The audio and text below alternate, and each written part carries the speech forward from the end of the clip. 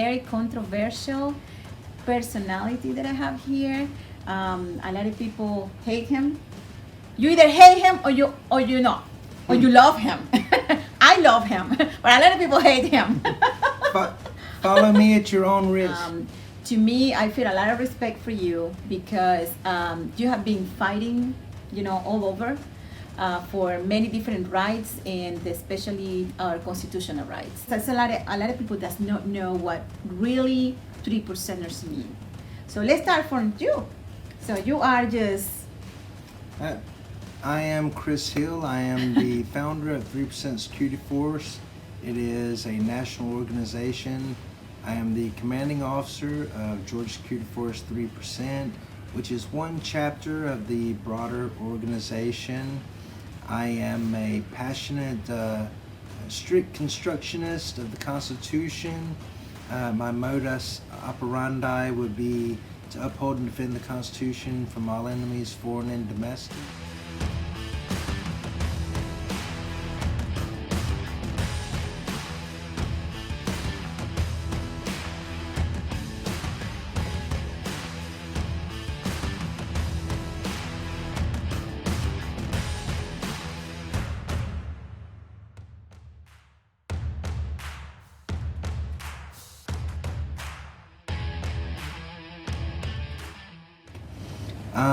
What we are is a militia in accordance with the Second Amendment. We're above board, we're legal, and we believe that we need to offer our arms and our counsel to be ready in the event that things take a turn for the worst.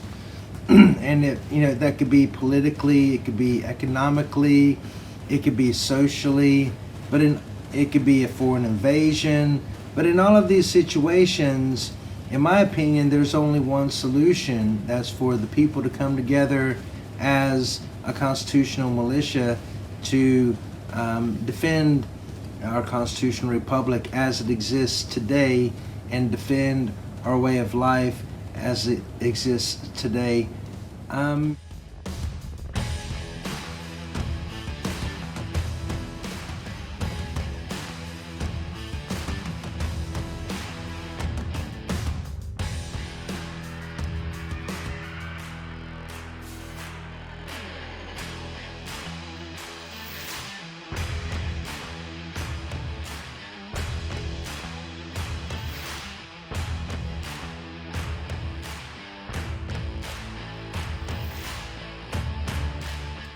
What we're about,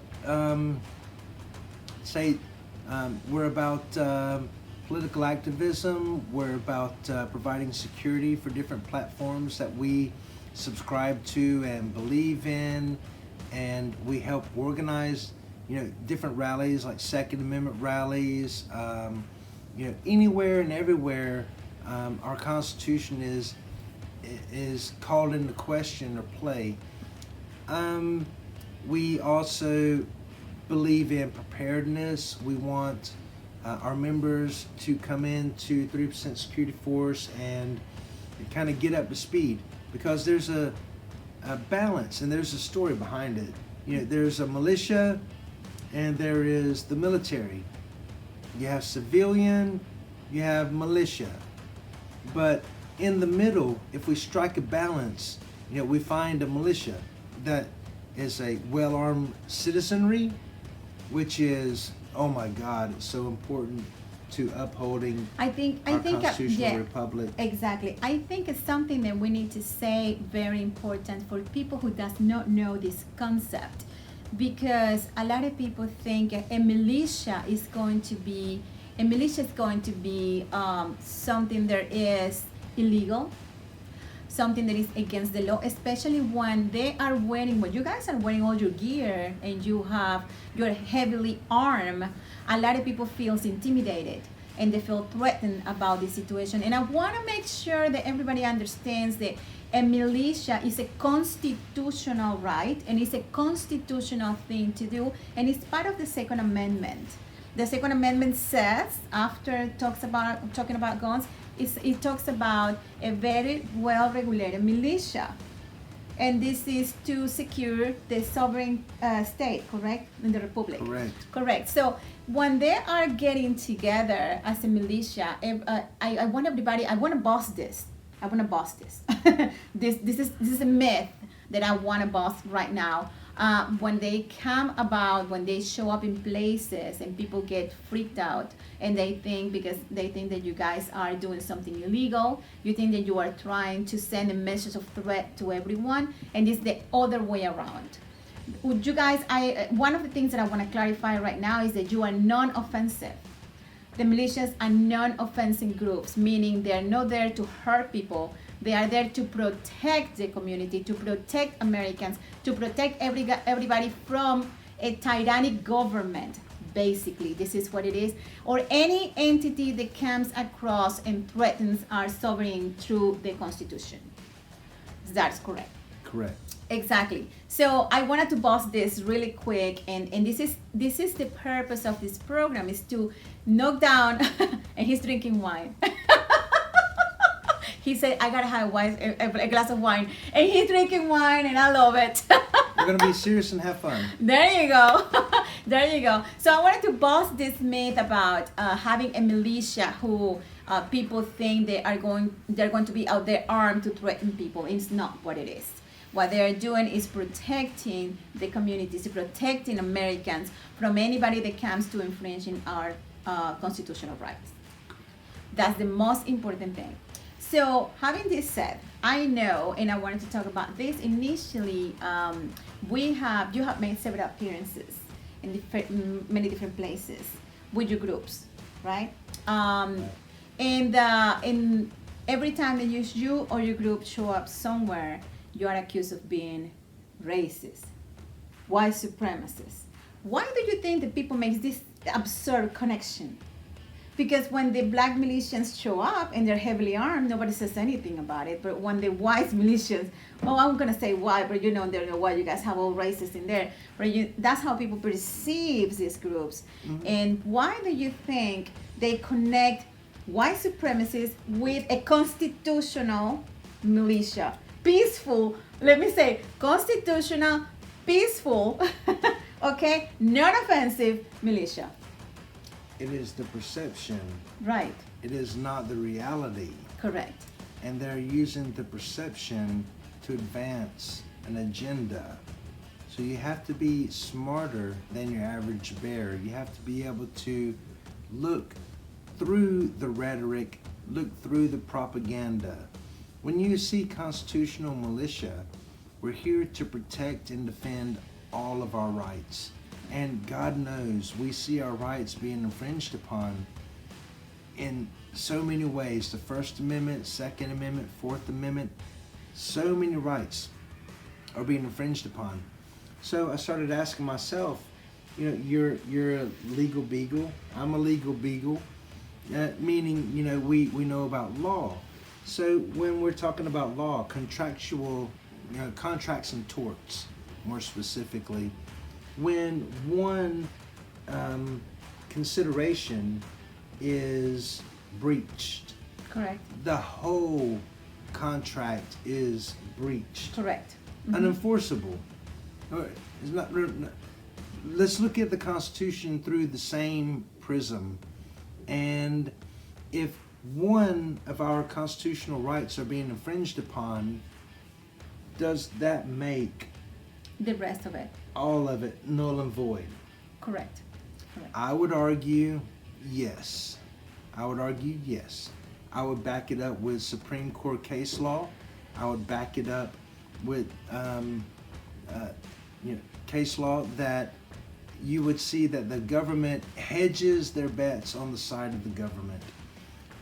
But back to your original question and opening and introduction, we are a constitutional militia, and the perception is that people who subscribe to this remedy or solution should be, and we are, looked upon as being the bad guys in the scenario. Simply put, what is the bad guys? You guys haven't done anything. Right. So, but that's the thing, is that we've done nothing. Exactly. However, the powers that be, the left, the media, they want to use us as a tool. You know, the same, and this is not being crazy, but the same way the KKK will use the rebel flag to be a symbol for, use it as a symbol. A racist symbol. Correct. That's the same way that the media will use me, you know, kind of like in the same context, to say that these are the bad guys. They're armed. They are strong Second Amendment supporters. But you have to hate them. You have to disavow them.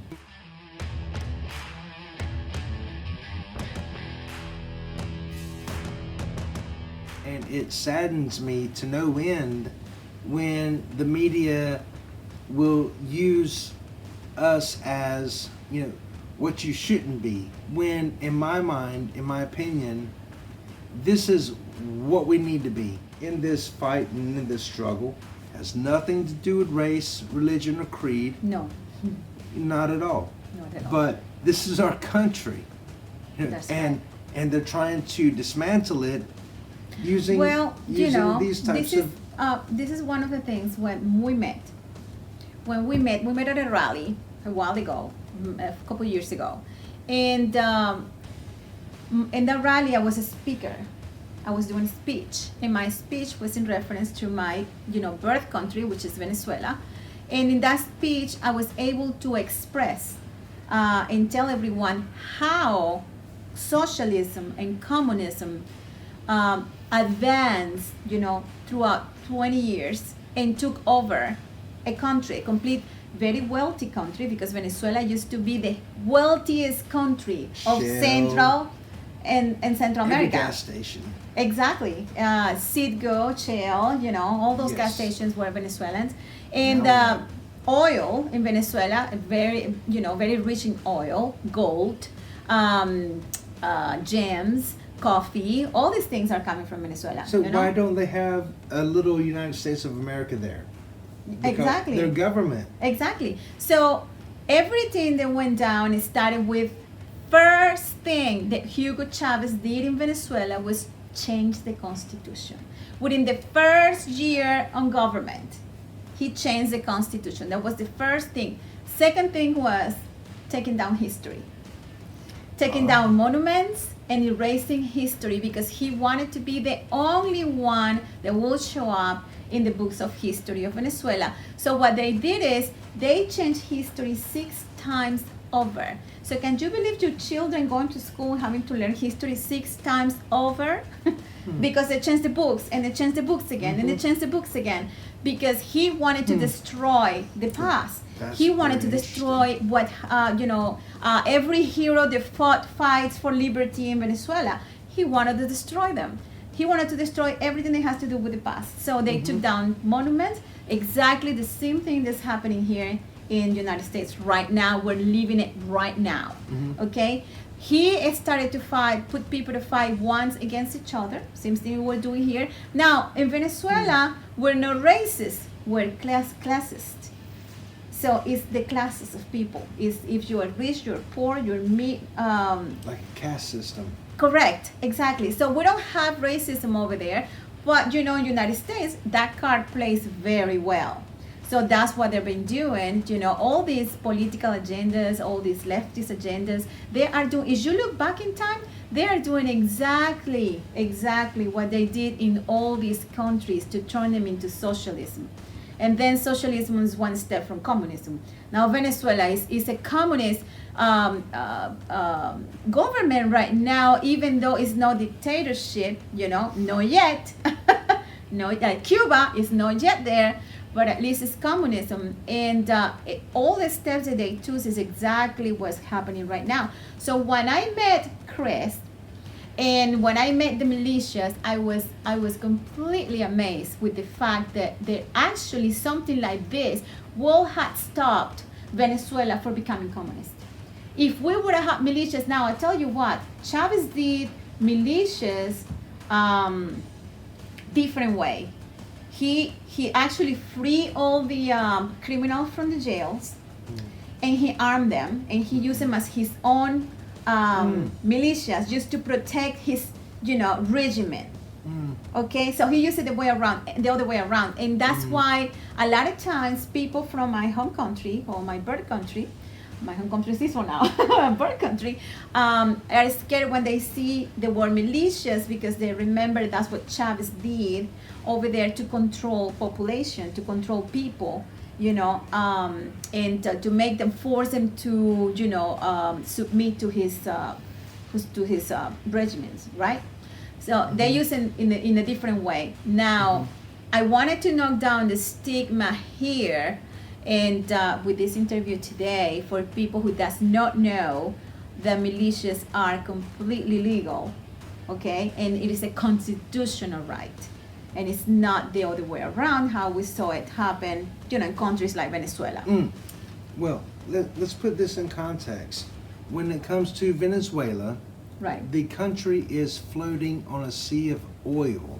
Correct. It is very, very rich in its natural resources. Correct. Why do we have such failure in Venezuela?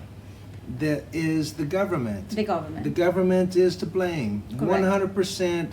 And we saw the in the destruction. We saw the destruction of Venezuela. Right. Venezuela But- wasn't like that.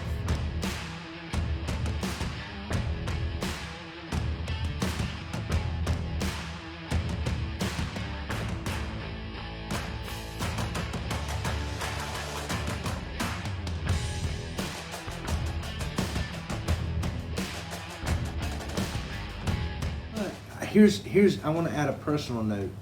Personal note. Sure. Check it out.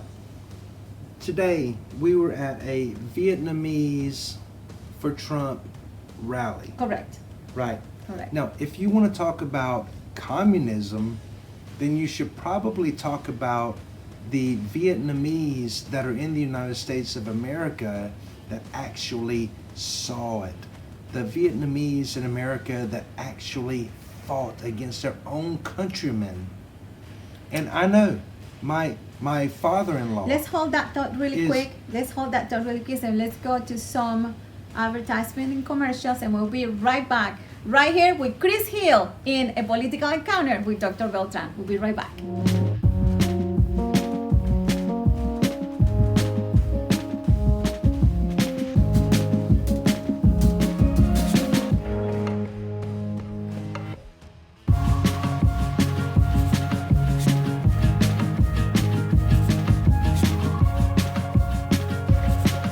Hi, I'm Dr. Michael Gelman, your spine specialist of Atlanta from Peachtree Wellness Center, a full-service chiropractic clinic right in the heart of Midtown Atlanta. If you have any back or neck problems or pain, call me at 404-475-0386. Remember, I'm Dr. Michael Gelman, your spine specialist of Atlanta. Call me at 404-475-0386.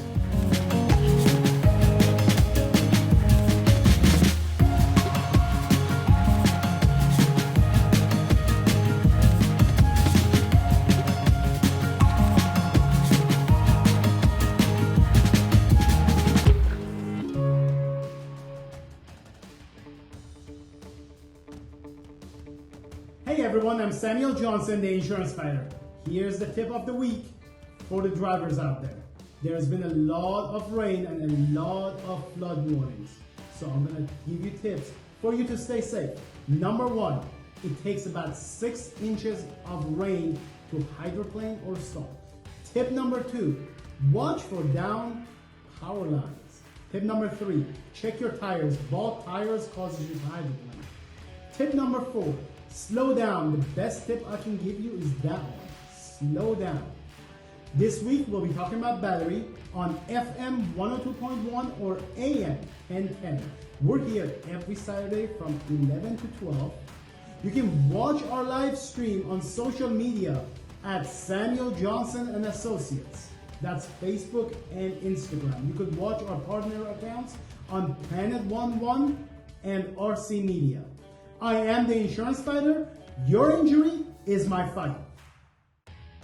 we're right back here in the Political Encounter with Dr. Beltran and my special guest, Chris Hill, from the Security Force, Georgia Security for 3%ers.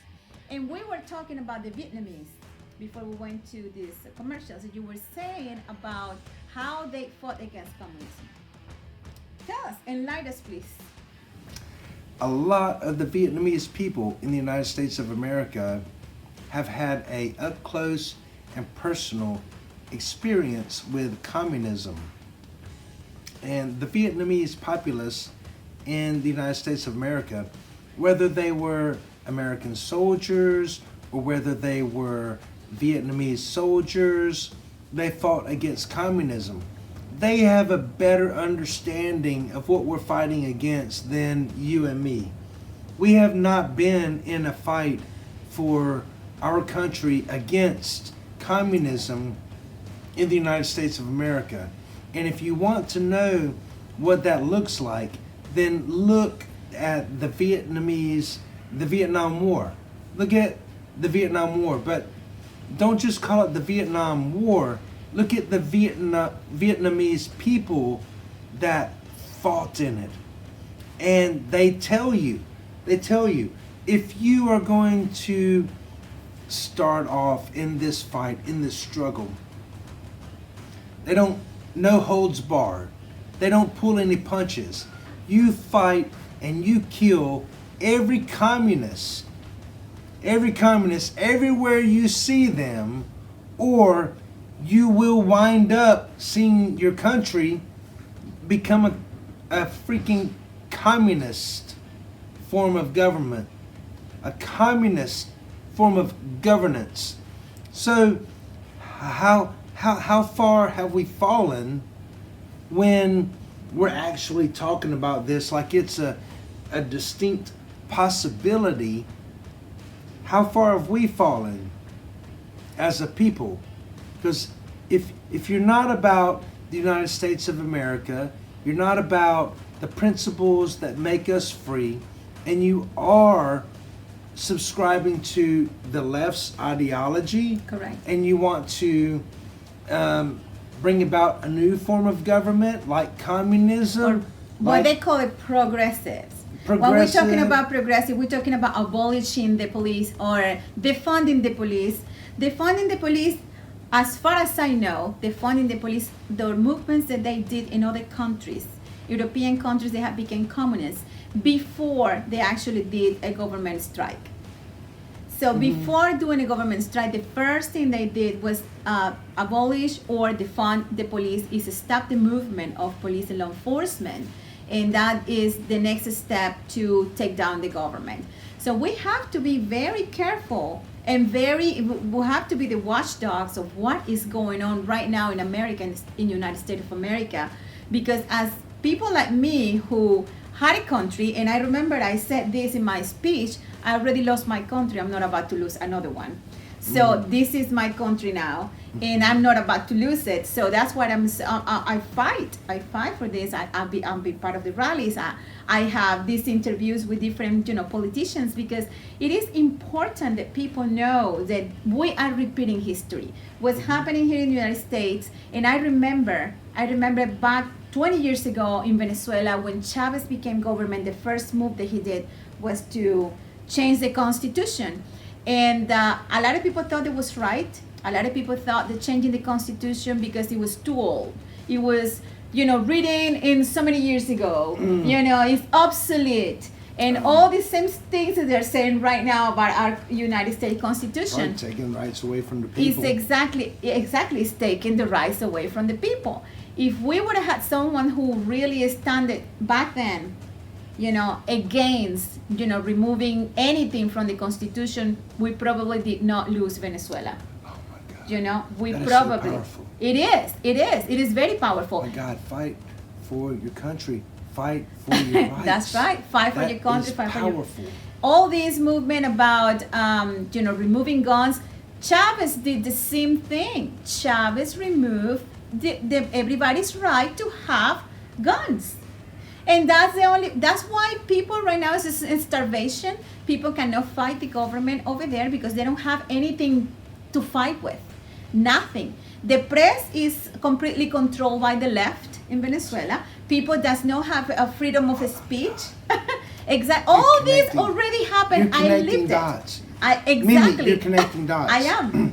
Free people have the right to I bear am. arms. And that is correct. Look at history. Look at these countries. Exactly. Whether it's India, whether it's Venezuela.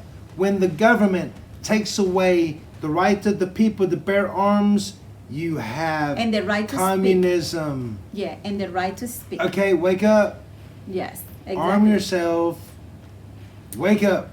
A lot of people think that owning a gun or stuff like that, they are intimidated by it. And I'm telling everybody, you need to understand this is a right that you have and you must exercise. You must exercise Say it. that. That's so beautiful. That We you the must- people are armed. We the people We needs are to be armed. armed. That is so Exactly. beautiful. Exactly, because it's what you have to defend yourself. And the only reason, and he keeps drinking wine. He wanted to drink wine. I said, relax. Relax during his interview, relax. So I'm saying this is things that we already live. I mean, you have not lived this because you live in a beautiful country who has never been attacked by communism like it's right now. So you don't know what it's like to go down that way. You don't know what it's like to lose a country over all these things. We're seeing movements like, for example, they are using the race card, Black Lives Matter. To me, Black Lives Matter is nothing else than a political movement. It has absolutely nothing to do with the color black, with black people. It has nothing to do with that. It's nothing but a political movement who has gotten into the minds of people who felt that injustice in their lives, and because all they did was remove, all this. Let's cut to it. Let's cut to it. Let's cut to it. Black Lives Matter does not represent black people as a whole. That is correct. Dare I say That it? is correct. I said it. Exactly. It's nothing wrong and with this. I mean, I have absolutely nothing against black people or blue or green or Asians. Nothing but love. Nothing. Absolutely nothing. I had great friends. They are, the black community. I have great friends in the Asian community. I had great friends in every community, every one of them. And it has nothing to do with a racial fight. Nothing to do. It is sad that people is actually buying into this. When you make race the issue and then you charge it up, it's like taking little toy soldiers, winding them up and pushing them forward. And what they're doing, what Democrats are doing is actually going back into segregation again. They are bringing segregation back again, and people is not noticing. They are being manipulated into being separated by races. I think it's an insult that I have to be in a Hispanic community because I'm Hispanic. I feel ridiculous if I had to do that. It is not, why do I have to feel different because you don't speak my language or you don't share my culture? One flag, one people. That's it. That's all. That's all it is. I agree with that. I love it. Oh my God, we just solved the whole problem. There you go. That's it. One That's flag, it. one people. That's it. Deal with it. To me is, I see someone and I don't see colors. I don't see cultures. I see a person, and I think I appreciate someone for what they are, not for what color they are or what they represent. 100%. Exactly. So to me, you could be Hispanic and be horrible, and I don't want you, and I don't want to talk to you. And you could be Hispanic, or you could be Venezuelan, originally from me. You can be just a horrible person, and that doesn't make me more Venezuelan, less Venezuelan, more American, less American. It just makes me human. Just makes me human, So why can't we just go back to this? Why can't everybody just understand that this has nothing to do with race? This has nothing to do with anything that what they are trying to get us to buy out there. This is about getting us divided. This is about controlling our minds. This is about getting us to be against each other. It is simple. Why can't people just see it? The answer is no. Obviously, because people don't see what is right in front of them. mean, it takes a degree of sophistication, I believe, to draw a distinction between what you see going on in your country and the way you want to see your country going. The way we want to see our country going, it doesn't have, it's not borderless. Yeah, we have borders. Yeah, we have security. Yeah, we have everyone in the United States of America that has the ability to own a firearm. Yeah, it means going to the voting booth. And yeah, it means voting out people that aren't aligned with what we believe in. That's right. Even though the electoral process and the electoral laws are, we got the best electoral laws on the books that money can buy. We got to change. We got to be a part of the system in order to change the system. And in my opinion, I think we got about 15 years before we can do that politically. So what I'm saying today is that we probably got about 5 months before we may have to do that forcefully. The only reason I bring up forcefully, We hope not. well, the government is trying to effectuate this change forcefully. Look at John Brennan, CIA. He's going to remove Trump forcefully. Look at how the politicians say that cannot they're happen. going to kick out President Trump. If he wins the election, they're going to kick him out forcefully. So that's why I bring up force, because it's not me, it's the left. They're telling you, they're telegraphing that they will use force to bring about this communist utopia that they're pushing for. What we need to be doing is talking about the issues in the United States of America and the inequities and the fraud being perpetrated upon the people and correct it. All of it. 100% correct the United States of America. Do it on our own. With President Trump, I hope we do. Or without President Trump. Correct. We freaking go. Correct. We- And it is we important that freaking you made that correction, because has not. I know you're wearing your Trump hat, and people is gonna say, "Oh, that's because you are pro-Trump." No, he is pro-Constitution. Now, President Trump has shown everyone that he's pro-Constitution as well, and that is why constitutional militias are going to be pro-Trump, because he is pro-Constitution. So let's make that very clear. Okay? Very clear. And it has nothing to do with race, with color, with white, with black, with blue. None of that. It has to do with the constitutional rights of Americans. And if we didn't have that, if we didn't have these constitutional people here, if we didn't have these militias here, we'd be in another Venezuela. And that's what they're trying to write us up. If Venezuela would have had these militias there, we still had a country that was free of communism. You would not have a constitutional republic if you did not have the right to bear arms. So put this in your pipe and smoke it. Put this in your pipe and smoke it. You want to uphold and defend the Constitution from all enemies, foreign and domestic. You cannot do that when you have been disarmed. Look at India. Look at Vietnam. Look at Venezuela. Look at Cuba. every communist shithole on the planet. They have been disarmed and they have been dominated. United States of America is next. If you let it happen, I won't. You will stand with me in the end, or you will stand against me in the end. And I'm good either way. And as I'm telling Guns up. Guns up. And I'm telling you, as an immigrant who became, a nationalized citizen, or when you become a U.S. citizen, you have to promise that you will fight enemies, domestic or foreign enemies. Mm-hmm. That's part of our oath. Oh my God. We do our oath like that. You resign to your previous citizenship, and you put your oath out there, and you say you will fight any enemies that are foreign and domestic. So, Chris, thank you so much, my Thank friend. you. My I friend. love you. I love you. Thank you so much for coming. coming today. And we were gonna hug, but I was ready to give the oath of office. This is like, if you want to give the oath of office, read the oath of office. Uphold and defend the Constitution for all enemies, foreign and domestic. Get in the fight. securityforce.com. Look for the Trump rallies. Look for all of us. We're getting deplatformed. We're not on Facebook. We're not on Twitter. We're not on Instagram.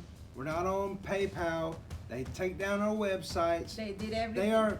That's fascism. They're crushing us. That is the real fascism. They are crushing us. That's right. That's right. You got to That's right. find us on a personal level. That's on a- right. That's right. That's what we're down to, That's- and that's what I put my trust and my faith in.